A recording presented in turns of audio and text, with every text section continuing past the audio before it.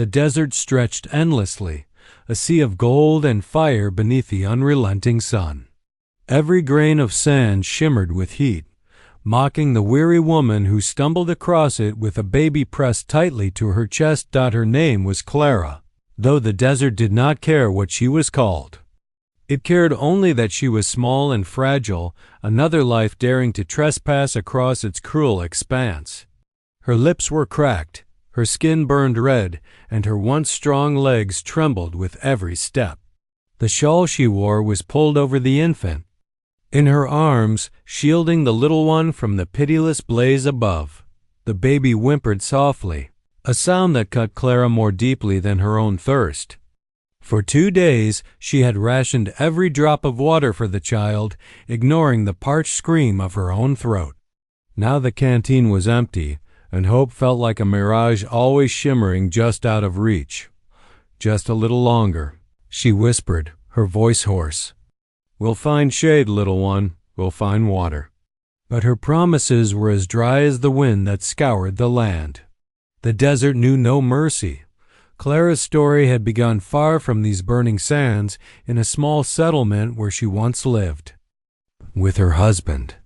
But death had come swiftly, robbing her of him, leaving her with nothing but grief and a baby cradled in her arms. And then came the whispers, danger, threats, a shadow of men who would take even the little she had left. She had fled with nothing but courage, believing she could cross the desert to a safer land. Now that courage felt like a cruel mistake. Her legs buckled, forcing her to kneel in the sand. The baby stirred, pressing a tiny hand against her chest, as if sensing her weakness.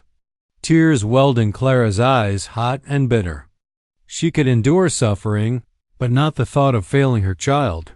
Her mind played tricks on her as the sun slid lower, casting long shadows across the dunes. Shapes seemed to move at the edge of her vision, phantoms of people, of wagons, of water. She blinked, but they vanished, leaving only emptiness. Clara pulled herself up again, swaying on her feet. Her breaths came ragged, but she pressed forward.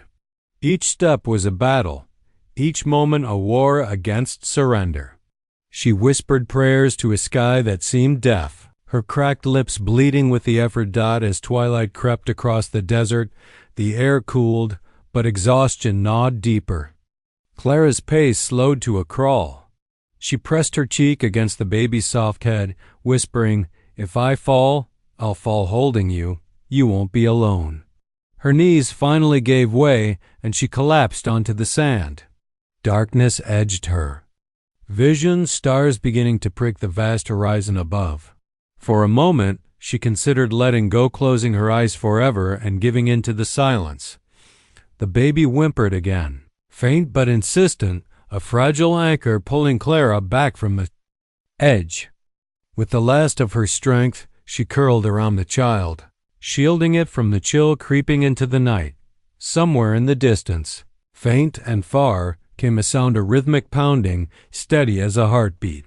Hoofbeats. Clara's eyes fluttered. Open, half convinced it was another cruel trick of the desert, but the sound grew louder. Real. Alive. Her lips formed a broken whisper. Not even a word, just a plea. She tried to raise her hand, but her arm fell limply back to the sand. The last thing Clara saw before the darkness claimed her was a shadow on horseback cresting the dune, framed against the fading light. Hope, perhaps, had not abandoned her after all. The desert gave little away at night. Shadows stretched long and deep, swallowing every dune in shades of silver. A lone horse crested the ridge, its rider pausing to survey the barren horizon. The man was Ethan Calloway, a rancher whose land lay miles west where the desert gave way to grassy plains. He had been riding the outskirts of his range to check on a few straying cattle when he noticed what looked like a bundle of rags lying motionless in the sand. At first, he thought it no more than the carcass of some poor creature that had perished under the sun.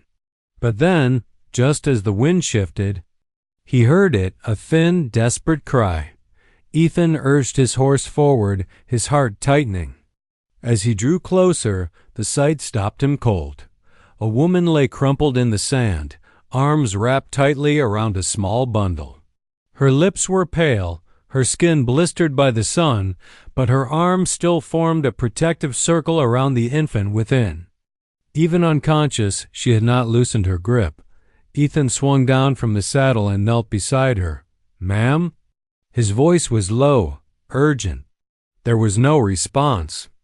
Only the faintest stir from the baby, a weak whimper that broke him more than a scream ever could. "Good Lord," he muttered, pulling the canteen from his saddle. He pressed it gently to the woman's lips, tipping a trickle of water into her mouth. She coughed weakly, swallowing with difficulty. Her eyelids fluttered, but exhaustion kept her anchored in a half-conscious state. The baby cried again, louder this time, a pitiful sound of hunger and thirst. Ethan quickly dampened his bandana with water and touched it to the infant's lips. Tiny movements, desperate suckling-proved life still clung stubbornly to the child. Ethan's jaw tightened. Leaving them here was unthinkable. They wouldn't last another hour in the cold desert night. With steady hands, he lifted the woman, her body light as though stripped of strength, then cradled the baby carefully into the crook of her arm. "Easy now," he whispered, though neither could truly hear him. "I've got you both." His horse, a steady bay gelding, stood firm as Ethan mounted with his fragile cargo. He settled the woman against him, wrapping his coat around her and the child. Then he pressed his heels to the gelding's flanks, urging it into a steady gallop toward the distant line of mesas that marked the way home. The ride was long, the night bitterly cold, but Ethan did not slow. He kept one hand on the reins, the other steadying the woman against his chest. The baby whimpered now and then, but exhaustion soon drew it into uneasy sleep. Through the hours, Ethan's thoughts circled questions. Who was she? What had driven her into this merciless desert with a child in her arms? He saw no wagon, no supplies, nothing but a woman near death and a baby clinging to life. At last, lantern light flickered on the horizon his ranch. Relief washed over him as the horses' hooves struck the familiar dirt path leading to his homestead. He pulled up before the cabin swung down and carried his burdens inside. The small home smelled of wood smoke and coffee grounds, warm against the chill night air. Ethan laid the woman gently upon the bed, pulling the covers over her thin frame. The baby he placed carefully in a basket near the hearth, padding it with blankets. He worked swiftly, heating water, preparing broth, checking the woman's breathing. She stirred faintly when he touched her wrist, whispering something he couldn't catch. Her cracked lips moved only enough to form the word baby. Ethan leaned closer, his voice steady. "The baby's safe. You hear me? Safe and warm." A faint sigh left her chest and she drifted again into unconsciousness. Ethan sat back, scrubbing a hand across his face. He had found strays before, lost cattle, wounded travelers, but never something like this. A mother and child dropped in his path as if by providence. He glanced at the infant, who now slept peacefully, cheeks pink in the glow of the fire. Whatever their story, whatever dangers lay behind them, one truth was clear: fate had placed them in his hands, and he would not let either of them slip away. Morning broke soft and golden over the ranch, sunlight spilling through the cabin's lone window. Ethan had been awake long before dawn, stoking the fire, tending the infant, and keeping a watchful eye on the woman lying unconscious in his bed. He hadn't dared sleep. Too much depended on his vigilance. The baby stirred first, a faint cry rising from the basket near the hearth. Ethan moved quickly, crouching to soothe the child. He dipped his bandana in warm water again, pressing it gently to the infant's lips. Tiny hands reached weakly, clutching his rough fingers as if recognizing the care behind them. "You're a fighter, little one," he murmured, "just like your ma." When he turned back to the bed, he saw movement slight but unmistakable. The woman's eyes fluttered open, blinking against the light. Confusion clouded her gaze as she took in the unfamiliar wooden beams above her, then the man seated nearby.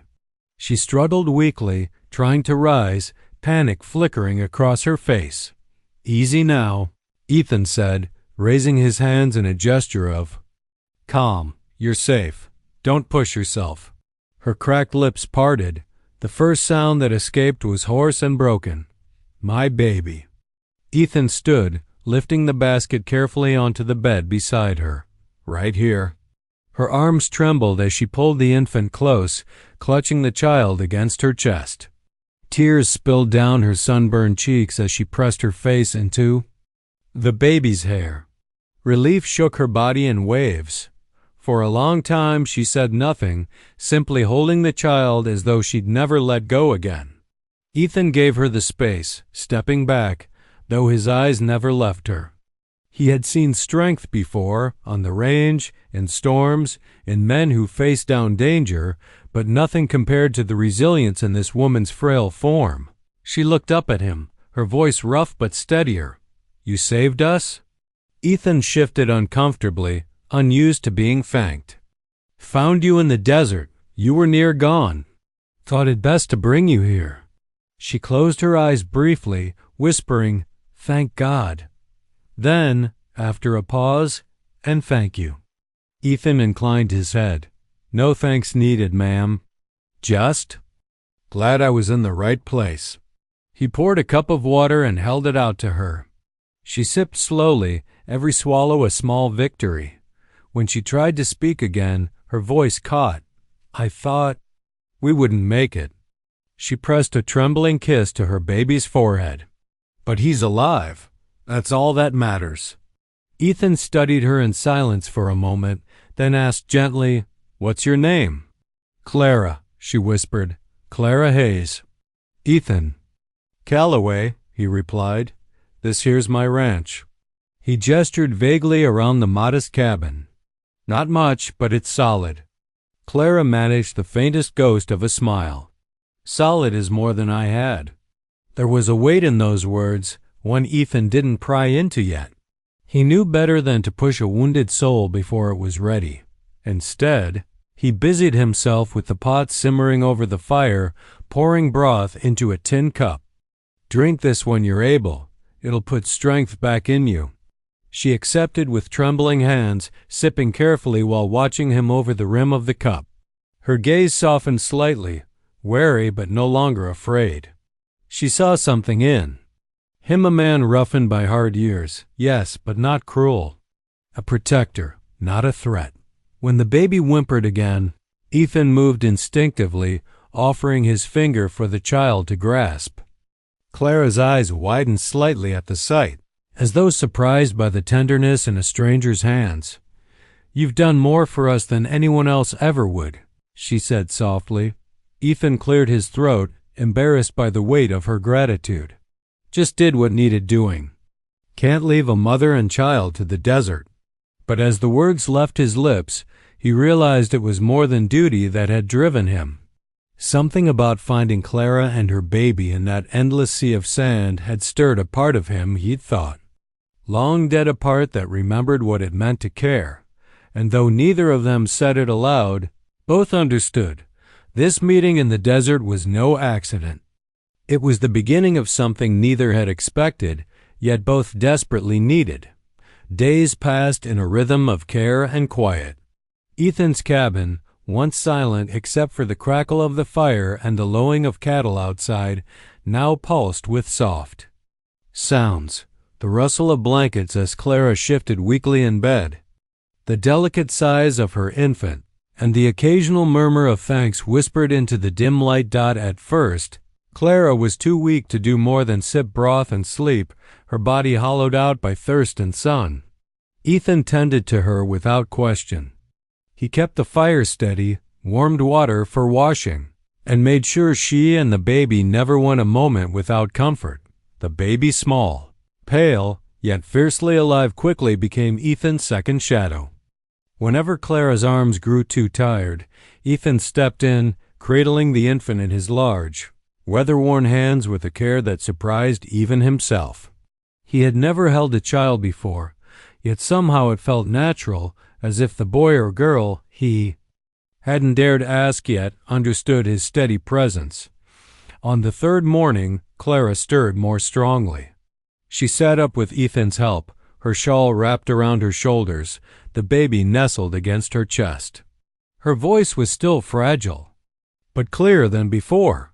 "You've done so much," she said, her eyes lifting to his. "You didn't have to." Ethan shrugged, uncomfortable beneath her gratitude. "Wouldn't sit right in my conscience if I'd left you there. World's harsh enough without folks turning their backs on each other." Her lips curved in a faint, tired smile. Still, most men would have passed by, or worse. Ethan said nothing to that. He knew she spoke from truth, not exaggeration. The frontier was full of men who took what they wanted, who saw weakness as opportunity. But Ethan had walked another path, shaped by a loss that had left him with no family but his ranch. "You'll heal here," he said simply. "No rush. My home's yours till you're strong enough to decide what comes next." Clara's gaze lingered on him as though trying to measure the weight of his words. Slowly, she nodded. By the end of the week, Clara's strength returned bit by bit. She could rise from bed, walk a few steps across the cabin, even feed herself without trembling. Each day brought a small victory, her laughter when the baby clutched Ethan's finger, the soft hum of her voice as she rocked her child to sleep, the grateful sighs when she tasted warm food after so many days of nothing. Ethan found himself watching more than he meant to. She was not just surviving. She was fighting to reclaim herself. And though he had thought himself immune to the pull of another's spirit, Clara's quiet resilience worked on him like water wearing down stone. One evening, after he had returned from checking the corrals, he found her at the window, baby in arms, watching the sun sink behind the distant hills.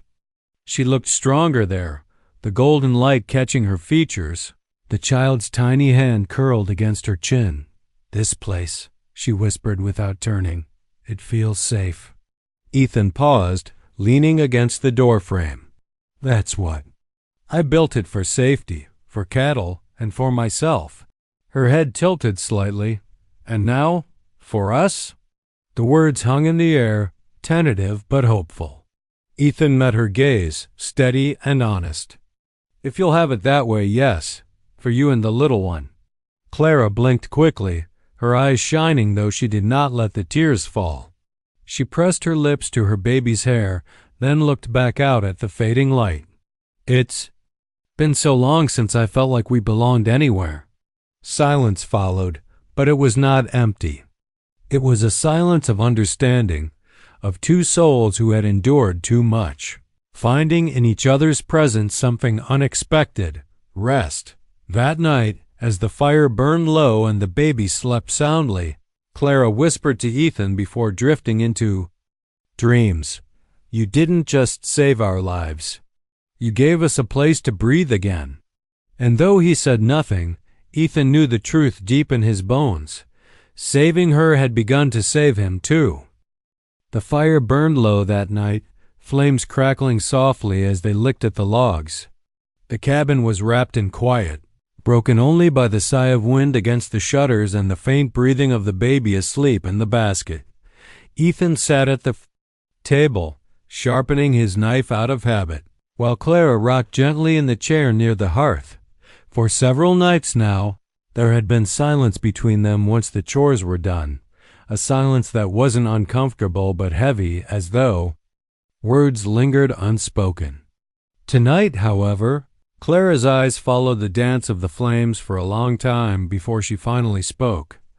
"I suppose I owe you my story," she said softly, almost as if she were afraid to break the peace. Ethan set the knife down, his attention shifting fully to her. "You don't owe me anything," he replied. "But if you feel like sharing, I'll listen." She drew the shawl tighter around her shoulders, her gaze fixed on the baby. "His name is Samuel," she said.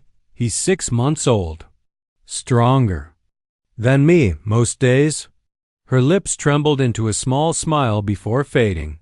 His father was a good man, a farmer back east. He worked hard, even when times were lean. We didn't have much, but we had love, and that was enough. Her voice wavered, but she pressed on. Then fever came through the settlement. Took half the town in weeks. Took him too. I buried him with my own hands. She paused, her knuckles white where they clutched the shawl. After that, the land wasn't safe for me anymore. Some men, they saw a widow with a child as nothing more than a burden or a prize. I heard talk that they'd come for me, take what they wanted, and leave me with nothing. Ethan's jaw tightened, but he said nothing. He had seen men like that before, had fought against them more than once. So I ran, Clara continued, her voice raw. I thought if I could cross the desert, maybe I'd find a place where Samuel could grow without shadows following us. I packed what little I had, carried him close, and started walking. Foolish, wasn't it? She gave a brittle laugh, shaking her head. I didn't know how vast the desert really was. I didn't know how cruel. Ethan leaned forward, his elbows on his knees. It wasn't foolish. It was brave. You did what you had to do for him. He nodded toward the baby. Most would have given up long before I found you. But you didn't. Her eyes lifted to his, shining with both gratitude and pain. I almost did. If you hadn't come when. You did. Her voice broke, and she looked down quickly, brushing her fingers across Samuel's cheek as if to anchor herself. Ethan's chest ached at the sight. He wasn't a man who offered many words, but something in her fragility and her strength demanded more than silence. You're here now, both of you. That's what matters. Clara studied him, her expression softening. You speak like a man who's known loss too. Ethan's eyes flickered to the fire. I have. My folks passed when I was young. Ranch was all I had left. I built it up, kept it going, but it's been a lonely place for a long while. His gaze returned to her.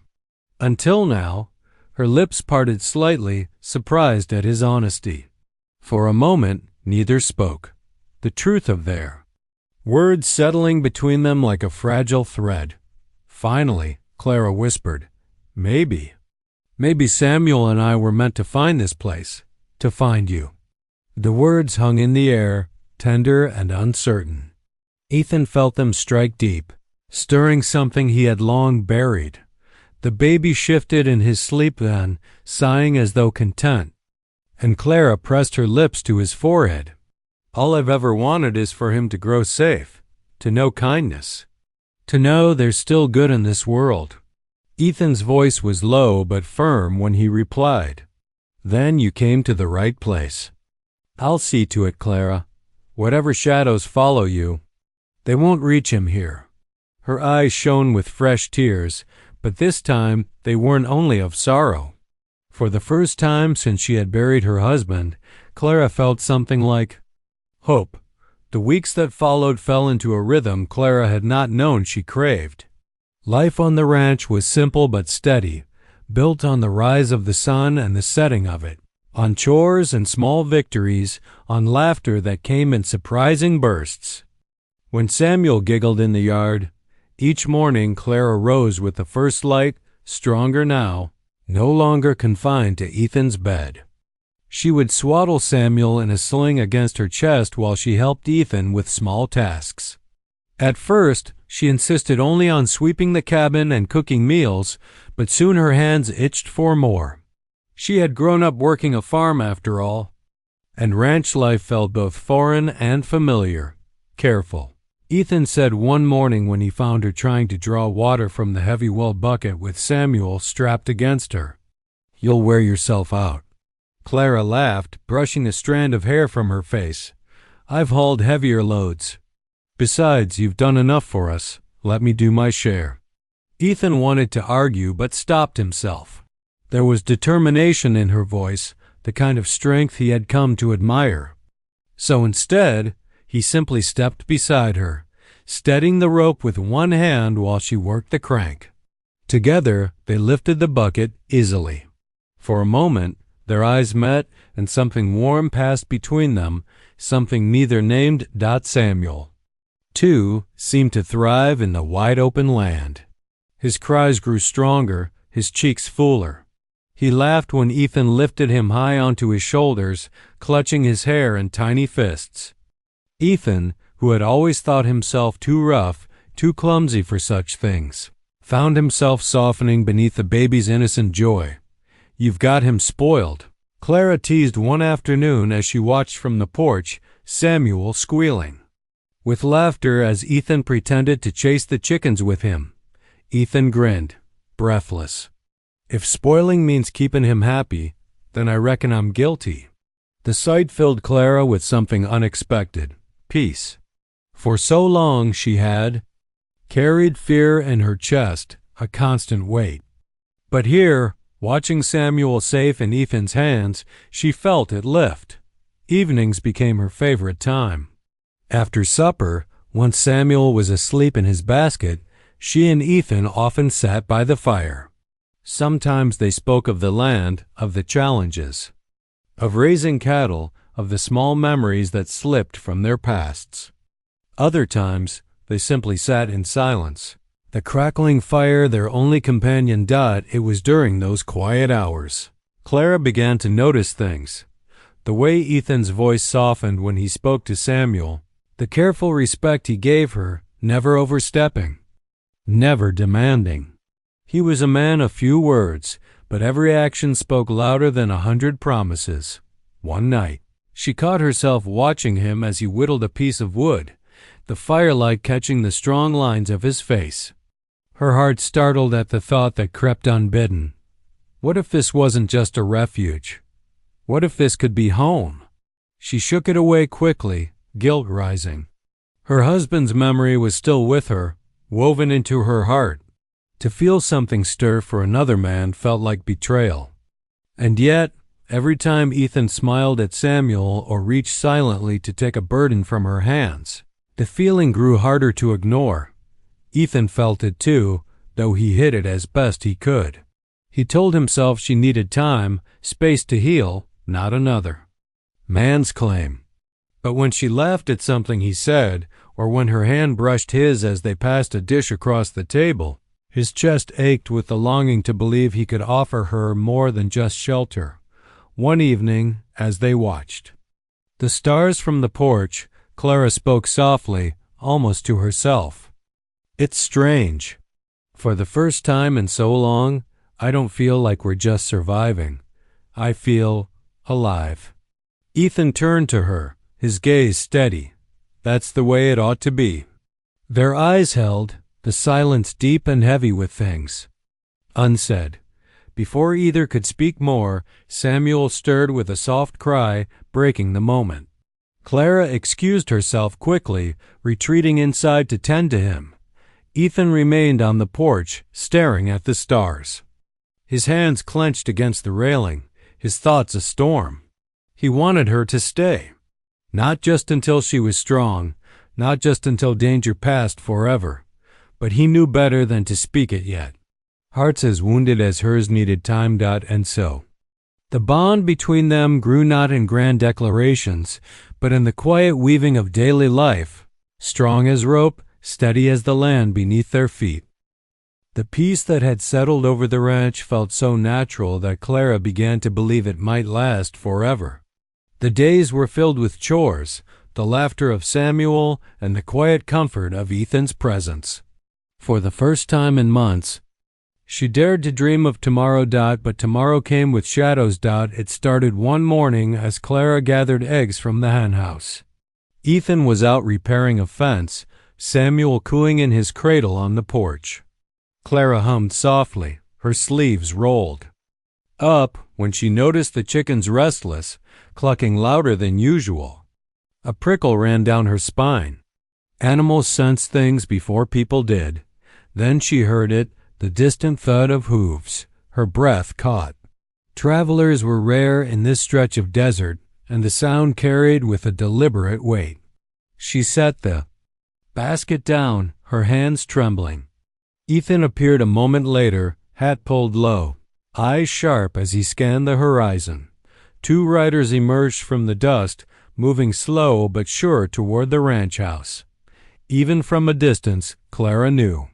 Her stomach turned cold. It was them. The men she had fled, the ones who had spoken of taking her, of claiming what wasn't theirs.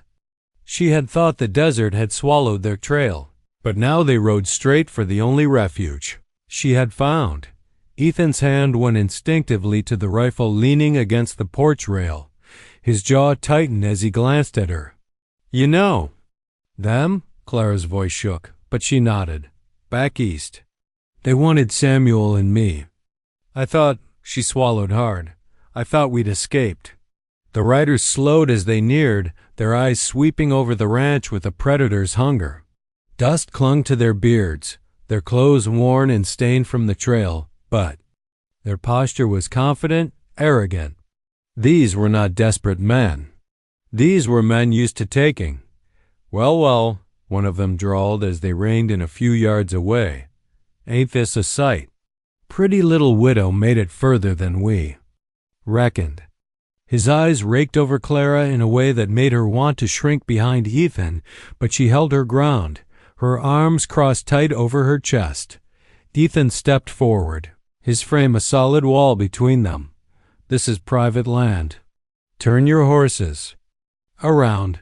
The other man spat into the dust. "Easy, cowboy. We got business with the lady. Ain't none of yours." "She's under my roof," Ethan said evenly, though his hand rested firmly on the rifle. "That makes her my business." Clara's heart thundered. Fear clawed at her, but so did something else. Relief. She wasn't alone anymore. The first man sneered. "You think you can stand against us? One man against two?" Ethan's eyes narrowed, calm and deadly. "Try me." For a tense moment, the air itself seemed to still. Samuel whimpered inside the cabin, his cry cutting through the silence like a blade. Clara flinched, moving instinctively toward the door, but Ethan's voice stopped her. "Stay put, Clara." His tone carried a weight she had learned not to argue with. He was protecting them, all of them. The riders exchanged a glance, then laughed harshly. "We'll be back," the first said. "You can't hide her forever." With that, they wheeled their horses and rode off in a cloud of dust, but the threat lingered, thick and heavy. Clara sank onto the porch steps, her knees weak. "They'll come back," she whispered.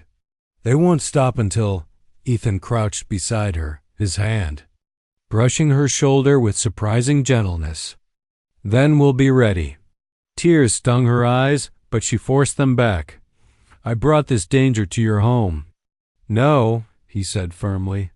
"They brought it with them, and I won't let them take you. Either of you." She met his gaze then, seeing not just a rancher, but a man who had already chosen to stand for her, even before she had asked. For the first time since the desert, she felt the old fear lose its grip, but in its place came something deeper, something far more terrifying and precious, the realization that her heart was no longer only hers. The days that followed were tense, each sunrise carrying with it the weight of waiting. Clara found herself listening for hoofbeats even in her sleep, clutching Samuel close whenever the wind stirred too sharply against the shutters. Ethan worked tirelessly mending fences, reinforcing the cabin door, keeping his rifle polished and near. Yet beneath his calm exterior, Clara sensed a storm brewing. "They'll come back," she said one evening as she stirred the stew. Her voice was quiet but steady. "They will," Ethan admitted, setting another log on the fire. "But this is my land, my home. They won't take it, and they sure as hell won't take you." Clara's chest tightened at the certainty in his voice. For so long, she had borne her burdens alone. Now someone stood beside her, not because they had to, but because they chose to. The men returned at dawn, just as the sky blushed pink. Clara spotted them first, two dark figures riding hard across the open stretch, gust rising behind them. Her heart seized. Samuel whimpered in his cradle, as if sensing the danger. Ethan was already at the door, rifle in hand. "Take him inside," he told her firmly. Clara obeyed, scooping Samuel into her arms and retreating to the corner of the cabin. But she couldn't stop herself from peering through the window, breath caught in her throat. The riders dismounted, swaggering toward the porch. "Morning, cowboy," one called, his voice oily. "We came for what's ours." "She ain't yours," Ethan said, his stance steady, rifle raised but not yet fired. "Best you leave while you can." The man's grin turned ugly. "You? Gonna stop us? 1 against 2? 1 against the wrong 2, Ethan replied. The standoff broke in a heartbeat. One man reached for his gun too slow. Ethan's rifle cracked like thunder, and the man went sprawling into the dust. The second lunged, charging up the steps, but Ethan met him head on. The rifle clattered aside as fists flew, heavy and brutal. Inside, Clara clutched Samuel, torn between fear and fierce admiration. Ethan fought like a man with everything to lose and everything to protect. Dust rose, grunts and shouts filling the air until, at last, the second rider lay beaten and groaning in the dirt. Ethan stood over him, chest heaving. "You ride out of here," he growled, "and you don't look back. If I see you again, won't be merciful." The man spat blood, but the fire in his eyes was dimmed. He dragged himself to his horse, hauling his partner up beside him, and together they fled, swallowed by the desert horizon. When silence finally fell, Clara rushed. Onto the porch, Samuel pressed to her chest. Her eyes swept over Ethan, searching for wounds. "You're hurt," she whispered, seeing the blood on his knuckles and the dirt streaking his face. "I've had worse," he said with a tired half-smile. But when her hands brushed his arm, the tension seemed to drain from him, leaving only exhaustion and relief. She couldn't stop herself. She leaned in, pressing her forehead against his shoulder, Samuel squirming softly between them. "I thought I'd lost everything again," she whispered, voice thick with tears. "But you saved us." Ethan's arms came around them both, strong and steady. "No, Clara, you saved yourself. You crossed that desert. You kept Samuel alive. All I did was make sure you didn't have to fight alone anymore." Clara lifted her gaze, meeting his eyes. In their depths she saw more than gratitude, more than safety. She saw the truth she had been too afraid to name. Love, quiet and fierce, had been building between them all along. Her lips trembled. Then, "Don't let me be alone again." Ethan's thumb brushed away a tear from her cheek, his voice low and certain. "You won't be. Not ever." The morning sun broke over the land then, spilling golden light across the ranch. Samuel let out a soft laugh, and for the first time since she had buried her husband, Clara felt not just hope but belonging. The desert had nearly taken her. But here, in the arms of a rancher who had risked everything, she had found shelter not just for her body, but for her heart. And this time she knew it was forever.